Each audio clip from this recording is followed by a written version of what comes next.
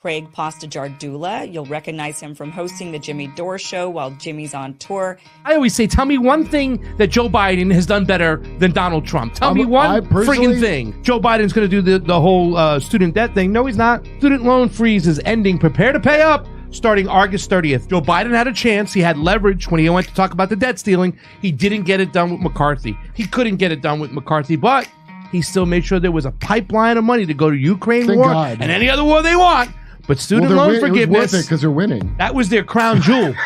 Didn't get it done. How many people has Joe Biden been guilty of killing? That's right. Joe Biden was for every single war, including the Iraq war. He was a senator with the Democrats, and he's the one who brought it to the table for George W. Bush to have his illegal war. Maui fire victims faced evictions and cutoffs. Can you imagine this? The fact that they're sending all this money, they're arguing to send all this money to Ukraine, and they won't even help these people out. They don't have money to help the citizens who lost everything, but they have money to fund war.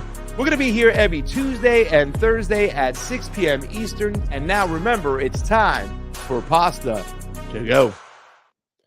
Welcome back to the show, everybody. Craig Pasta2Go here. This is Pasta2Go. It is now Wednesday night. You know, we don't normally go on this night. We had to go this tonight because yesterday I had the pleasure. I had an awesome time. I got to go on Luke Rudkowski's show, We Are Change. If you haven't checked it out, please go check it out. I retweeted it on my Twitter, my personal Twitter, at YoPasta. Go over there, check it out. I had an amazing time.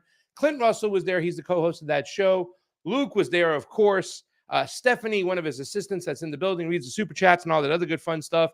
It was just an amazing conversation, y'all. 2 hours. We went over. We had 2 hours and 15 minutes. Had a fun time. Great show. We talked about immigration, of course. We talked about Israel-Palestine. We've talked about, what else did we talk about? Immigrants in New York. There are so many things we talked about. We talked about P. Diddy. We talked about hip-hop. There were so many things we talked about. And a lot of things we got to go talk about today. A loaded show, ladies and gentlemen. A special Wednesday show. Thank you so much for joining us over here. I can't thank you enough. So let's get started because we have a long show to do. I'm going to be on Jason Bermas' show later on tonight, 9:15 Eastern or 9:10 Eastern on TNT Radio. Jason Bermas' show. I'm going to have that Wednesday slot until they throw me out of there. Also, some other news. We had our first show played on WBAI in New York yesterday. And today, Progressive News Radio played our show. The LOL show, Left on Left commentary, where the left laughs out loud to keep ourselves from crying. It's a show where the left uses some actual serious arguments, not like he said, grab him in the PUSSY. None of that. Stormy Daniels, none of that stuff. We give serious critiques of the left from a leftist perspective, from a common sense leftist perspective. And the show was just amazing. Yesterday, we talked about the Rwanda genocide. We're going to have those videos back on up too as well. We streamed it live. So that's another new thing we got going on. So we got brand new shows, radio shows, TNT shows. I mean, all this other things going on. 3 new radio shows for Pasta2Go, new segments, LOL, a lot of fun stuff, guys. And I can't thank you enough. Thank you for everybody who's here today too as well. Do us a favor. If you got any pennies extra lying around that you can send our way for independent media needs your help. We got 2 trips coming up, ladies and gentlemen. We got Mexico and Venezuela, and the third one I can't talk about again. Hopefully it doesn't get canceled again. I think you guys know what it is. I talked about it, but again, hopefully on the dock. And to do this boots on the ground journalism, remember, we don't have any corporate sponsors. We don't have anything like that. We have you, but I'll take you over those dirty corporations any day of the week, ladies and gentlemen. Mwah! I can't thank you enough. Some of you guys that were here in the beginning are still here with us today, and you are what's making independent media go. It's a two-way street, ladies and gentlemen. We can't just put it out there, take the money from our sponsors because we have none, and then go on. We need you to participate. We need you to be the citizen journalist with us. We need you to share the information. We need you to get involved. We need you to talk to your family members. We are spiraling and snowballing this craziness down towards World War III. And if we don't do something soon, ladies and gentlemen, surely all of us will be gone. So let's get started. We have an awesome show for you today. Later on, Caleb Maupin will be here today to talk about what's going on in Iran and Israel with that whole attack. Caleb Maupin used to work for Press TV. He spent some time in Iran. He knows a lot about these issues, so he'll be here to talk to us about that whole situation. Also, right now, let's bring her on in. We like to have co-hosts here and there. We've had so many great ones. This one's an awesome one, ladies and gentlemen. She's also a good friend, and we've done work together in the past. You know her as Shanda the Master. She is Shanda Master. Ladies and gentlemen, the Trailer Park Pundit is with us. Shanda! Oh, hey, doll. What's up? We finally made it on a Wednesday of all days, but it worked. I know. I didn't cancel you on this time. I've canceled twice on you. So I know you were holding your breath and go, is he going to have me on? Is he going to have me on? Here you are. Here we are. We finally made it. Well, I don't blame it all on you. I mean, we have major scheduling conflicts and, I'm super busy with my own stuff. So I don't blame it all on you. But thanks for having me on. I'm super excited. And yeah, I watched your coverage about Rwanda yesterday. Excellent information that a lot of people didn't know, including myself, because we're just sold the Don Cheeto Hollywood version of fucking bullshit and think that is history.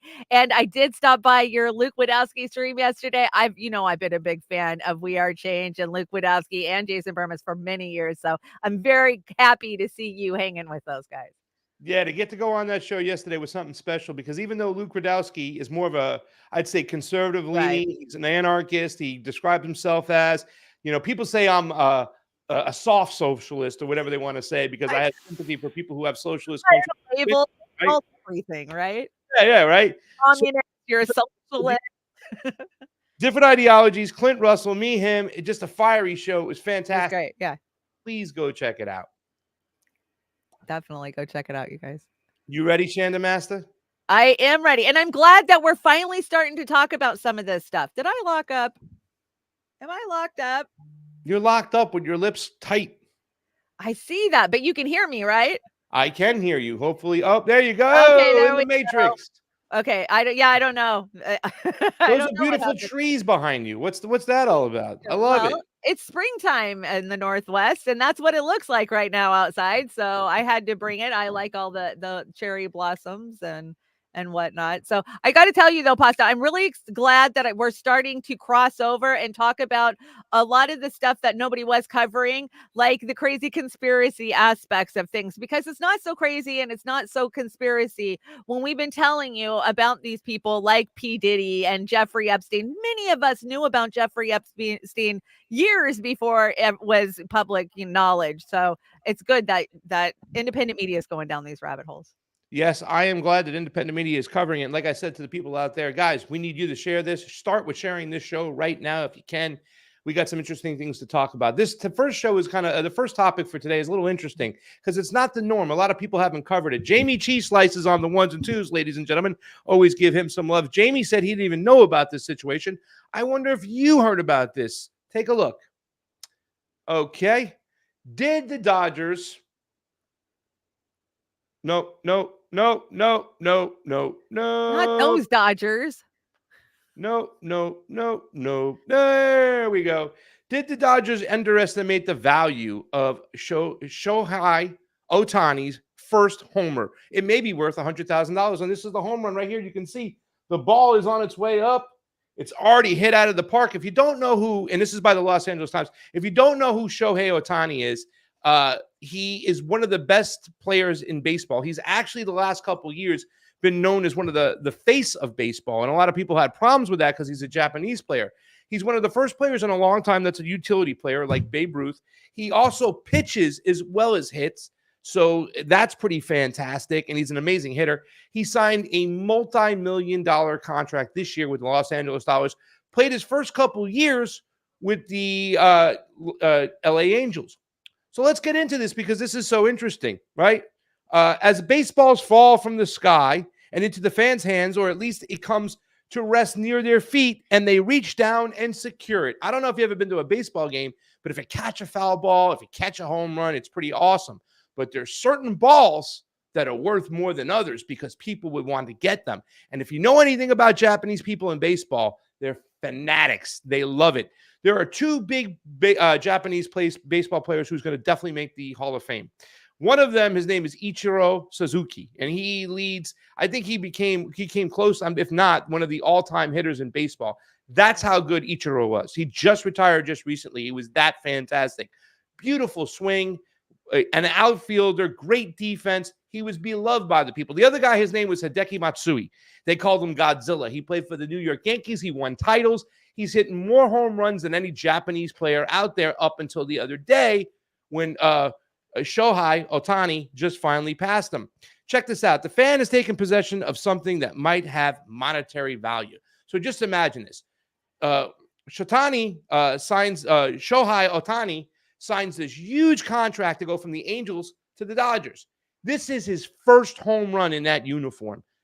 Think about how much that ball will be worth. It is theirs to do with as they wish because that person gets that ball, right? It belongs to them. That's the rules of the game. Amber Rahman's seat in Dodger Stadium in right field pavilion April 3rd became the resting point of Shohei Otani's first home run as a Los Angeles Dodger. The 28-year-old Whittier woman picked up the ball, and her world became a swirl. Roman and her husband, Alexis Venezuela, said Dodgers security personally persuaded her to surrender the ball for a bat. And this is where it gets crazy. For a bat. For a bat, wait, a ball and two caps and an all autographed by Otani. So one ball, one bat, two hats from Otani. Otani wanted the genuine article and told reporters after the game, for me, it's a very special ball, so I'm thankful. Two experts at auction houses that regularly auction baseball's memorabilia said the ball is worth approximately $100,000. While the signed merchandise Roman received in exchange for the ball would sell for less than $10,000.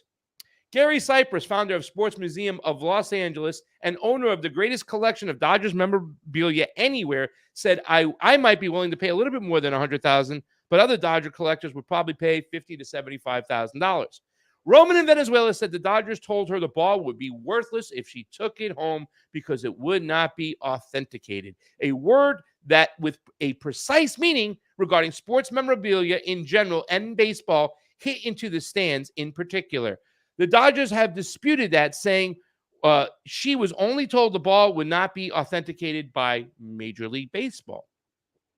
Okay, now before we get into that, let me get over here 1 second. We have the empty page. Let's bring Shanda back in. Shanda, I got a little video over here from Instagram that we're going to play, but I just want to ask you, and let me just tell you this much. Right now, they said that ball, he would pay a little bit more than $100,000. That's a guy in LA that does sports memorabilia. If that ball had been put up for auction and it was authenticated that she caught the home run, which is not that hard to do. It's on TV. They have her there. She's got the ball. She takes pictures with her friends. They video it. Look, we caught the ball. They would have been able to authenticate that. But they told her something differently, right? And also there was rumors that she was separated from her husband while the security guards were negotiating it. Now, I'm going to say one thing. I'm going to hand the microphone to you, my dear. If this ball had gone up for auction on a site where Japanese people could bid for it, there's no telling what she could have gotten. In a Dodgers uniform, Ohtani, that home run, that ball might have gone for over $200,000. That's a lot of money. Your initial thoughts when you hear this, Trailer Park Pundit? Okay, well, she really, messed up on this. She dropped the ball, let's say, because we've seen this in the NFL many times, right? Where the ball gets thrown up into the stadiums, and then a day or two later, the player decides that they want that ball back. So they're tracking, the person down to try to buy the ball back. That's the way I would have handled it. I would have taken it home, been able to authenticate that I was there. I was the one who caught it, because not like the Major League Baseball is going to sign it for her in the stadium. There's no way she would have walked out there with it having been authenticated. So I would have gone home and waited for them to come to me. And then, where's my payday at? Yeah, anybody will buy anything. We know that you can sell damn near anything on the internet. So it wouldn't surprise me if 10 went up today that said it was the authentic. But I feel bad for her. And for security to separate her from her husband, I mean, that's a classic mechanic type of thing, right? Like, oh, don't let the husband who understands what we're doing here into the mix. To separate his wife. I mean, that's low stuff. I think there was a situation where Mark McGwire hit a ball and some guy said, you have to give me $100,000. He said, yeah, I remember that. Right. Yeah. But this is different. This is arguably the best Japanese baseball player of all time. Now, right? I come from Mariner land, Pasta. So those So be you know fighting Ichiro, words. right? I have. Are you kidding? I've been to so many Ichiro games. I've met Ichiro, because you can go out in the dugouts and you can watch from down there, right, where they're all hanging out. But not only that, we had Edgar, our designated hitter, Edgar Martinez. So yeah, as a Mariner fan or former Mariner fan, I don't really watch baseball anymore. I did for a long time. I was really into it, but once they stopped juicing, I just felt like it got boring. So I really kind of quit watching. I was a big Brett Boone fan. I like the Boone boys, and we had an amazing team in like 2001, 2002. Back in those early days, it just hasn't had the same to it anymore. But I understand that memorabilia. I mean, it was a big thing in Mariner days. If you got something from Ichiro or if you got something from Edgar Martinez, like. Yeah, it was big time. This is crazy. Let's play the video and take a look at this really quickly, because here's the thing, Shanda. It doesn't just stop with this, right? Well, there was a big issue that just went past. If a lot of people don't watch baseball, they wouldn't understand something that happened today in the NBA. There was a guy who was suspended for gambling reasons, whatnot. They would have these individual points over and under on some of these new fan sites like FanDuel and DraftKings, and you can bet, would this player score more than 9 minutes, more than 9 points, less than 9 points? Would he play this many minutes, that many minutes? And one player was found to be faking injuries and betting on himself, supposedly, right? This is in the NBA. Pete Rose is still not in the Hall of Fame for alleged gambling, right? Exactly. So that's how serious they take it. Well, Ohtani had the same problems. Let's play this video, and then we'll dive into that problem, because I want to hear your opinions on whether or not you think a player like Shohei Ohtani would know that his interpreter was taking close to $4 million and gambling it, right? Take a look at this video.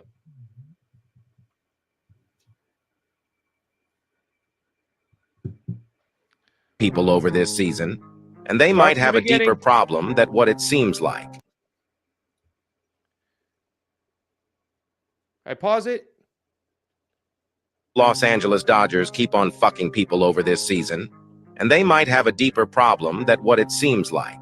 Shohei Ohtani recently hit his first career home run with the LA Dodgers this season. In a perfect day at Dodger Stadium, he hit this milestone. It was the dream of every Dodgers and Ohtani fan to even witness that.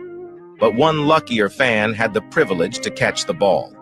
That ball was now her property, but Ohtani and his team would do anything to get that ball back, even if it meant fucking over a loyal fan. The ball was worth about 6 figures if she were to sell it, but instead, they separated her from her family to negotiate hard, landing her nothing but a fucking bat and a hat. The real problem is that Ohtani went ahead and said he met them when in reality he never did. He once again lied for no reason, raising questions on whether or not he lies like this when talking about his gambling situation. The problem in Los Angeles could be much deeper. Shohei Ohtani, stop fucking lying. So there it is. We waited to halfway through the scene before we can get it. Let's bring in really quickly Shanda. I'm going to read this from TMZ Sports, but do you have any initial? TMZ, they're TMZ they're the go-to. Sports. But yeah. Before we address it, let's just let me get your opinions on what you think so far about this. He said he met them. He never did. Why would you even lie about that? Because that's a verifiable thing. I thought in this time and day and age that we are in the internet, people stop lying about shit like that because it's very easily proven if you did or not. But I think that this speaks to his character. But this is the character of anybody who is looking for superstardomhood. I don't care if it's through Hollywood, if it's through sports, what it is. If you are looking for that superstar, you're willing to do whatever it takes, including lie where you got to lie. Yeah. So let's go to this article really quickly by TMZ Sports. That happens to be Shanda's favorite outlet. Okay.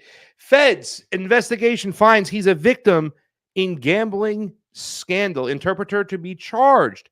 Shohei Ohtani had no idea his translator was gambling millions of dollars, and the feds have concluded not only was the Dodgers star not involved in the scheme, he was a victim of fraud. Law enforcement sources with direct knowledge tell TMZ Sports. The feds have been investigating Ipi Mizuhara, Ohtani's longtime translator, close friend, and functionally his manager. Mizuhara gambled away millions, reportedly at least $4.5 million. And after the story broke, he said Ohtani had covered the debt.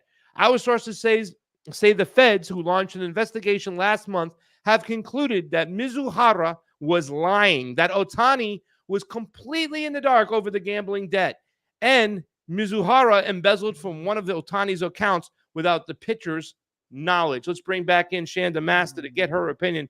Shanda, $4 million. I don't buy it. Yeah. He was totally in the dark, but he's willing to pay it, and he's covering for his interpreter, but he didn't know anything about it is what I see. And I just got to point out that TMZ, whether it's covering sports or if it's covering politics or if it's covering Hollywood, it's just a PR fucking firm. I don't know where we got the fact that we think that TMZ is the proprietor of any truth. They are the slimiest, nastiest. They've been called out so many times. So, I mean, when they want something in the media, this is who they go to. So obviously this was the PR firm for the team was like, oh, we got to get our statement out. They took this statement to TMZ Sports. And yeah, I don't buy it either, Pasta. I don't buy it. Yes, it is a little crazy thing. And this baseball situation makes it even more shadier. It makes me doubt his statements, his story. It makes me doubt it heavily over here because now you have a situation where he's embezzling a ball from a kid who, not a kid, but a woman. But I mean, still, she could have had close to $100,000 for this. And it hasn't been corrected. If I would have walked back without the fucking ball and said, "Look, babe, I got a bat and I got us each a hat," my man would have been like, oh, "Are you insane? What are you doing? Don't you think?" I think really right now the big story are they going to be able to sue and say the Dodger Stadium, the security lied, number one, they lied, number one, and then number two, they separated her from her husband so that he couldn't even be part of the negotiation. I think Yep. there's a story there. I think we're going to agree. hear more about this. A lot of people are going to doubt Shohei Ohtani. He doesn't seem like the honest character that he once was. They said he was a stand-up guy. There was a scene of him with the first time he met your boy Ichiro. He goes running over to Ichiro to take off his cap. And as he takes off his cap and goes for a big bow, Ichiro goes running off, and Shohei goes running after him. Ichiro had got that American, sense of humor and started busting his chops. And then they were like, yeah. I mean, but this guy's been larger than life. And like I said, if she had put that ball up for auction, who knows what a Japanese fanatic would have paid for that ball? Forget about it. Right. This is a crazy story.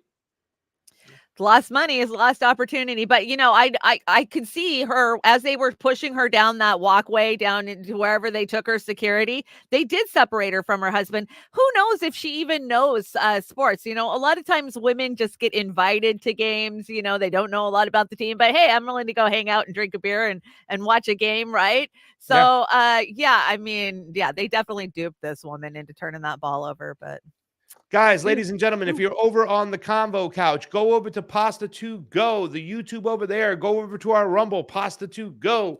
We want to start getting those sites, those platforms, my personal platforms. We want to get those kind of hyped up and get subscribers and get our bodies over there. We won't be on Convo couch for long. In fact, when Caleb Maupin comes on, we're going to go off the Convo couch. We'll only be on the Pasta2Go one. If you're hanging out on Twitter, all the links are in the Pasta2Go show Twitter. If you want to help out independent media, we're always there, and we appreciate all your help. I am Craig Pasta Jardula, cheese slice on the ones and twos. I'm here with the co-host, Shanda the Master, Trailer Park Pundit. We'll be right back. We got a great story. We got to talk about the Speaker of the House in this FISA bill. The police state is coming, Shanda. Are you ready? He's a wartime speaker, Pasta. Have you heard? Just like, what's his name's not a wartime consigliere. Godfather 1 and 2. We'll be right on back. Pasta2Go's here.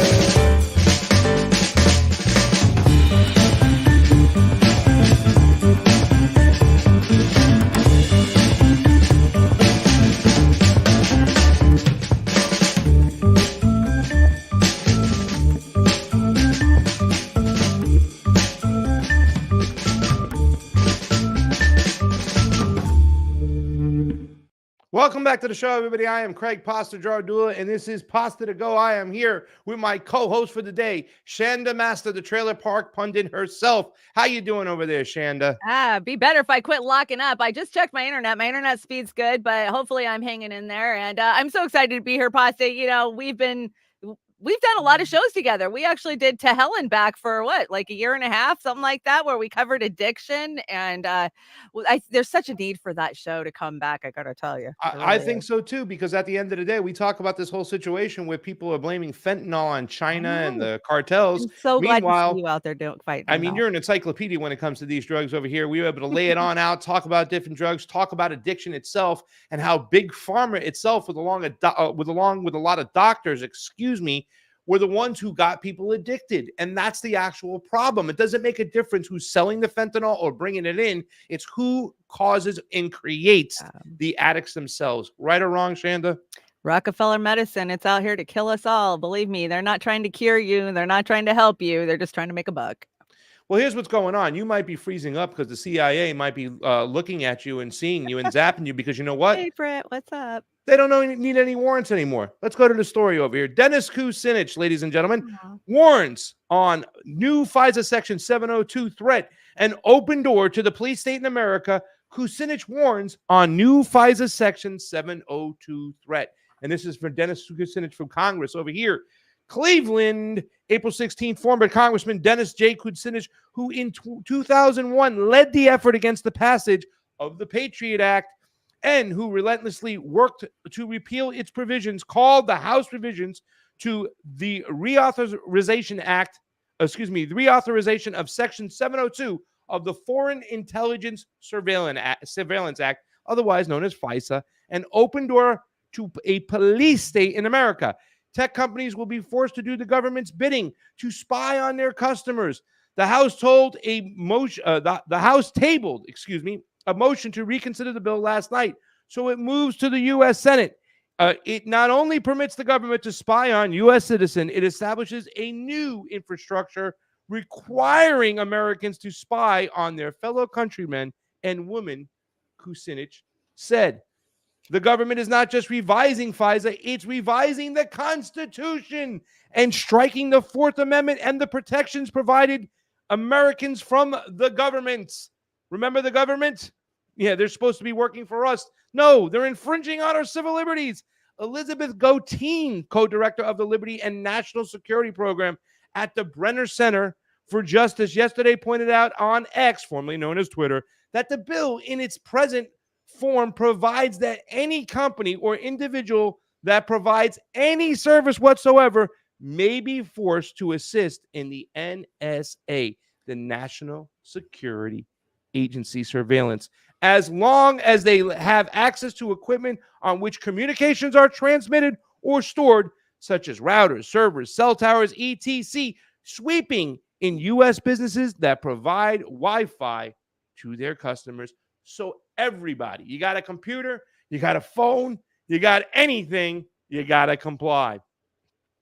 U.S. Senator Ron Wyden of Oregon, who is leading opposition to the bill in the Senate this week, appraised the House bill as one of the most dramatic and terrifying expansion of the government surveillance authority in history, ladies and gentlemen. It allows the government to force any American who installs, maintains, or repairs anything that transmit or stores communications to spy on the government's behalf. Shanda Masta, this is some scary thing. Not only are they bringing back the FISA warrants, without a warrant, warrantless warrants, right? Whatever you want to call it right now, they're revising it. They're giving themselves even more power.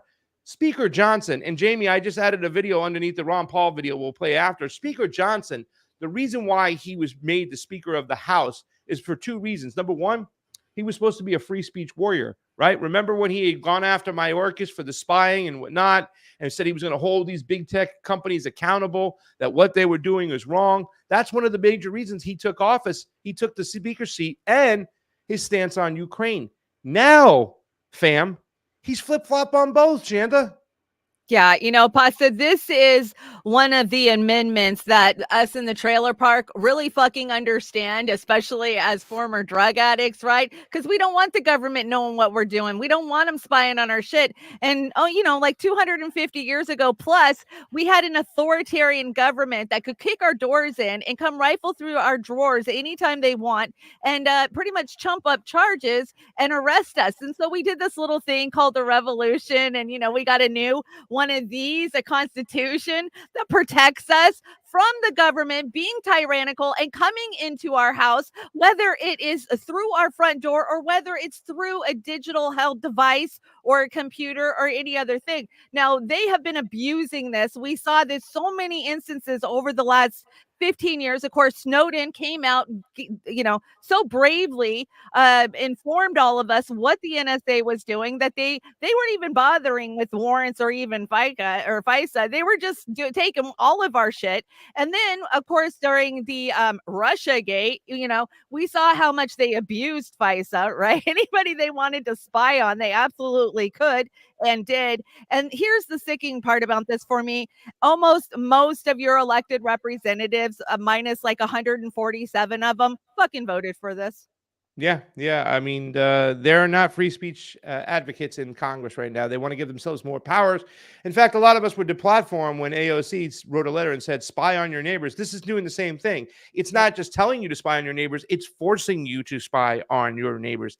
That's the sadness of this bill. We have a little clip here from Ron Paul and Daniel McAdams talking about how this could get out of hand. If you want to talk to somebody about civil liberties, you got to talk to the libertarians. They know more about civil liberties than anybody, and they've always held the line. So take a look at this quick video. This was from Ron Paul and Daniel McAdams on the Liberty Report, showing us how the FISA bill, the new bill, because it is a new bill, it has everything that was there before, but a little golden nugget, an Easter egg for the security state, and an X for us. Take a look. But the headline tells us a little bit about where we're going. And that is, this is from Zero Hedge, supercharged spying provision buried in terrifying FISA 702 reauthorization. I guess it shouldn't shock us. There's something in there. It was already so bad. This discovery has nothing to do with providing more national defense. Matter of fact, it has everything to do with undermining, liberty and defense, because it's such an atrocious attack on personal liberties. And remember what Johnson said. He said, well, when I was on judiciary, there were thousands and thousands of abuses by the FBI. But now that I'm speaker, I got a classified briefing and I'm all for it. So it shows that he's either criminally naive about this whole thing, in which case you shouldn't be the speaker, shouldn't even be in Congress, or he's in on it. He's one of them. He's against America. And it's terrible. Let's put that first clip up, because buried in the bill, HPSC, the House, the Select Intelligence Committee, put some things in it, put an amendment to this bill that made it incredibly worse. It said, here's the hedge opener. On Monday, House finalized procedural business on a bill to reauthorize the nation's warrantless surveillance powers under the Foreign Intelligence Surveillance Act, which Ron Wyden called one of the most dramatic and terrifying expansions of government surveillance authority in history. I will do everything in my power to stop it from passing the Senate, said Senator Wyden. Now, we've worked with Wyden in the past. He's been very good on civil liberties, and he's got a keen eye for these things. That if you have access to any communications, the government can force you to help it spy. That means anybody with access to a server, a wire, a cable box, a Wi-Fi router, a phone, or a computer. So think for a moment about the millions of Americans who work in buildings and offices in which communications are stored or passed through. After all, every office building in America has data cables running through it. The people are not just the engineers who install, maintain, and repair our communications infrastructure. There are countless others who could be forced to help the government spy, including those who clean offices and guard buildings. If this provision is enacted, the government can deputize any of these people against their will and force them, in effect, to become what amounts to an agent for Big Brother. For example, by forcing an employee to insert a USB thumb drive into a server at an office they clean or guard at night. This can all happen without any oversight whatsoever. The FISA court won't know about it. The Congress won't know about it. Americans who are handed these directives will be forbidden from talking about it. So that's just incredible. The person who cleans the building at night can be forced. All right, that's good enough. To insert a. Pause it real quick. Let's go to Shanda, and we'll go back to Daniel McAdams. Let that load a little bit. Shanda, they can say, hey, cleaning lady, you got to go in and put a thumb drive in there. And if you don't do it, we're going to deport you, right? Or whatever, if she's not a citizen. Or tell the guy, hey, man, you got to go and get this thumb drive in. And if you don't, we're going to charge you. No questions asked. You know what I'm saying? This little provision inside this bill makes this bill worse than ever before. I mean, we are turning into a serious police state over here, are we not? Yeah, we are. But can I tell you the good news? They wanted to shove this shit down our throats for 6 years, but the Republicans, being the mighty fighter backers that they are, they pushed it to only 2 years. So, because it's a renewal, right? But these omnibus bills, they always, there's so much shit in them that nobody even knows till weeks, months after they pass just how damaging they are to us, right? And they have this stuff planned out. They have this wrote out and thought out, months, years before we get a peek at it for a second, and then they're passing it within a few days, right? And the speaker that was getting in there, Speaker Johnson, he was supposed to stop this stuff from even coming to the floor. Oh, please. Right? From even coming to the floor. Like, if you want to get that FISA bill back on the floor, you need to gut it. Like, all right, you need to gut it. Remember when they sold this spying stuff to us? It's foreign adversaries. We got to keep an eye on China. We got to keep an eye on Russia. So the Democrats went on aboard with it because it was Russia. The Republicans went aboard with it because it was China. I mean, it's just ridiculous. Right. Let's listen to the rest of what Mr. McAdams says. Go back just 2 seconds. We'll play the rest of that out, and then we'll finish on up. But before we finish on up in this section, we talked about the way Speaker Johnson has flip-flopped when it comes to the security state, when it comes to freedom of speech, right? Now we'll show how he's flip-flops on Ukraine. Watch. Finish this, though. Night can be forced to insert a thumb drive and download all the data of an employee, and that he or she cannot tell anyone about it, and the government will force them to spy on Americans. I can't believe it. When I was listening to this and reading what's going on, I keep thinking back to our first experience with this type of issue, and my comment to myself was, it all started with the Patriot Act. It sure did. Well, you remember what they did during the Patriot Act time. They said, we're at war, Ron. This is no time to be whining about civil liberties. That's how they rammed it through. We're at war. If this stands, this is a tremendous victory for the police state. Yes. And so often in past times, people would say, how did the people go along with this? Why did they do it? There were a lot of good people in Japan and Germany and Italy and all these places, and yet they still went along with it. But here's an example of it. They don't keep their guard up, and they're taught to be obedient to anything that sounds like patriotism, and they go along with it. They do go along with it because of the fear porn. All right? It's a time of war. Right now, we got to put aside our differences and just vote for more powers for the security state. Chanda, they're going to keep us safe. And that's just it. That's exactly what they want. We've been told by the WEF in multiple years that you will have no security. There will be no personal security, no personal space, and you'll like it. You won't want privacy. Privacy is a thing of the past. Just give it up now. We're already conditioning the next generations to not have any autonomy or any personal security. No, like everything's out there in the open. Live your kinks in the open. Everything's done in the open. You will have no secrecy anymore. That's the future that they envision by 2040, 2030, depending on what agenda talking point they're throwing at you. It's terrible. And the people keep bending the knee, and a lot of times they bend. It's the people who's in power, right? So if the Republicans in power, they say we got to do it. The Republican voters go along with it. But then the Democrats get power and they go, oh my God, why did I do that? That's the nuance of what's going on. That's why too much centralized power could never be a good thing. He flip-flopped on freedom of speech. He flip-flopped on protecting our civil liberties. He's also flip-flop on Ukraine. At least that's what the rumor is. Let's take a look at this video here. And I don't want to see the tweet. I just want to see the video, Jamie.